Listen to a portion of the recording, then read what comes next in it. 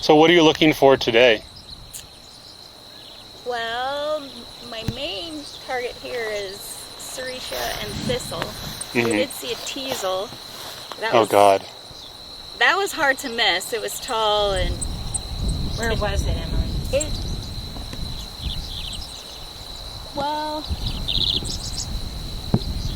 It's near where the path goes down to that piece that he brush hogged.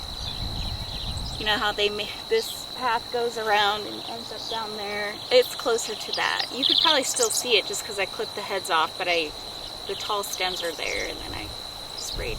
How did it get there? Well, if they fed cattle here, who knows what else is here. That's true. So much comes in hay. Have you found any Serratia yet today? Yes? So far, I think I've seen 5 clusters today. In this reconstruction? But not like huge colonies, just one bunch. Emily, would this be called a reconstruction then, or do you think, like some of those compass plants coming up, do you think they were there, or? I think those were probably planted. So would this be considered a reconstruction? Yeah, because theoretically, if you never plowed it and you spray it, you could have natives come up, like maybe this royal kitchfly. So yes, you could bring some stuff back, but since you sprayed it and planted seed, they would consider it a reconstruction. Okay. If you don't plant the seed, then it's a restoration. Like what we're doing over there on the reamer side. Yeah. Be more of a restoration. Okay, because we were talking about that, and I was like, I think that. So right now, the reamer side where we took out all the trees, we don't know what that's going to be yet. If it's going to be a reconstruction. Of course, we put grass seed in there. But if you had a bunch of native forbs come up, then I think you could justify saying it was a restoration. If the base is there, that's kind of the main thing. If the base is there already, and you're just adding to it, That's a good way to look at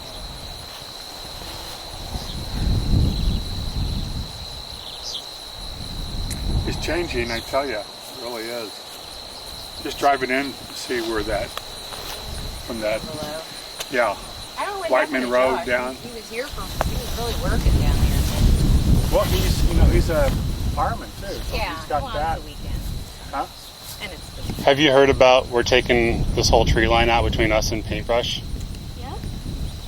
What do you think that'll do ecologically speaking? I think, like you were talking about raccoons, you're going to eliminate a lot of predators, so maybe not have as many, have more birds. Also, a lot of the grassland birds will be able to go back and forth. I think you probably have the same species. I don't know if you would, maybe you would get a few more that you didn't have before by opening up the vista. Your goal would be to see less turkeys and more quail and meadowlarks and grasshopper sparrows. And, well, in terms of the butterfly stuff they've been doing, they've talked about how they've been going back and forth. If you open that up, so if you allow pollinators to be able to cross, and you're adding genetic diversity to prairie, which is always good, that kind of helps sustain it in the long term. So if I ever do get a little Mead's milkweed over here that pops up, the little bumblebee can come from their Mead's milkweed and pollinate here, because they have to come from somewhere else apparently. Just as long as there's no other plant flowering that smells better to distract it. Is the Mead's an obligate plant to a certain pollinator? There are only a certain couple species of bees that are strong enough, because a lot of bees that go into milkweeds lose their leg trying to get their leg back out of that little opening. So they have narrowed it down. They did studies, pollination studies several years ago. Bumblebees, and then there were a couple other species. So, And they're probably in decline because they can't find plants.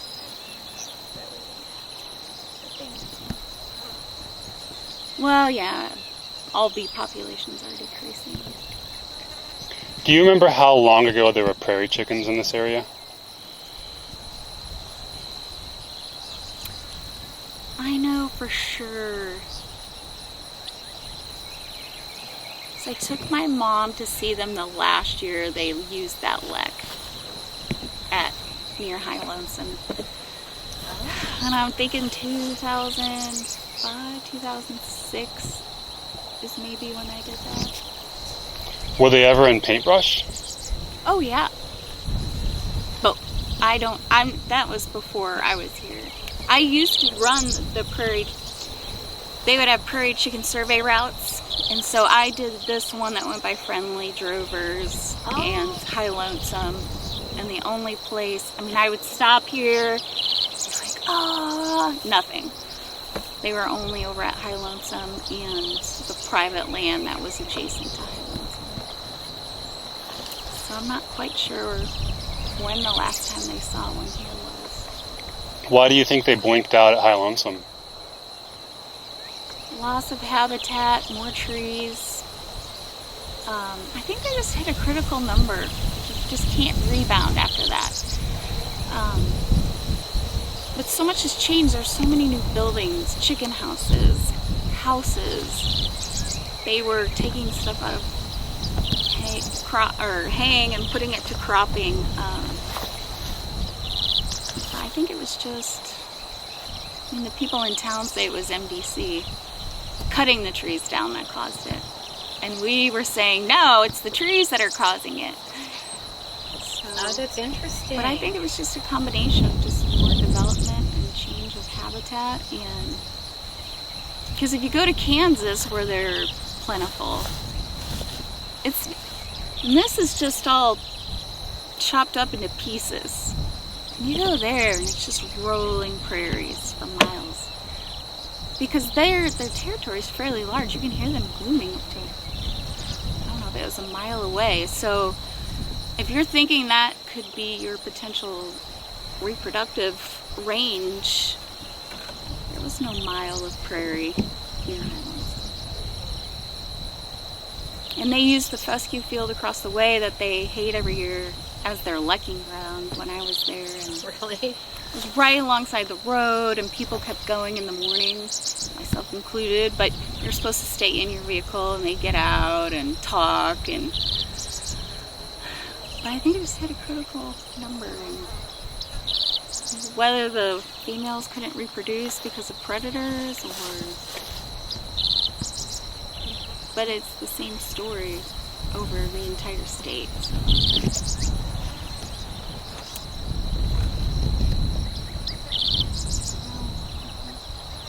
But they used to be fairly plentiful in southeast Nebraska, and now their numbers are declining too because more is going into crop. You don't have a place to winter.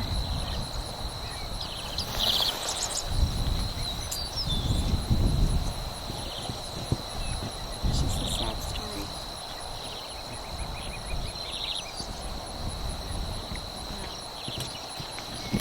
You've kind of lived through the whole demise. You've been involved. Well, they started a prairie chicken recovery team while I was at MDC, and I was a part of it just because I worked on all the prairies that they were focusing on. And it was like the last ditch effort. They were putting money into changing structurally what the area looks like. They were having success in Illinois by planting not fescue, but other cool season grasses, and then having them high clipped. So it still provide cover, but it wasn't dense, so that the chicks, when they ran through, if they get wet, and they have an increased mortality when it's really dense. but it was just too little too late. Oh. And then they did they brought all the ones from Kansas and brought them over to Wisconsin and that. That didn't work at Wakanda? Cars would hit them, owls, hawks, they'd fly away because they were tracking all of them, and they'd fly away to other areas. And then, so there'd just be one. And then some flew back to Kansas. So.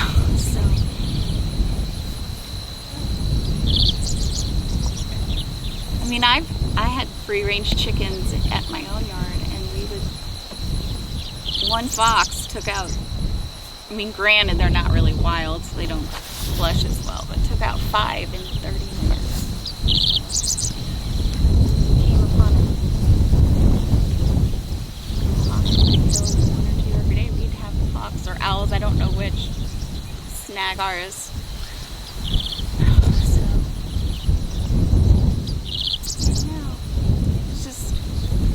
Didn't you tell Emily we went to that Prairie State Park?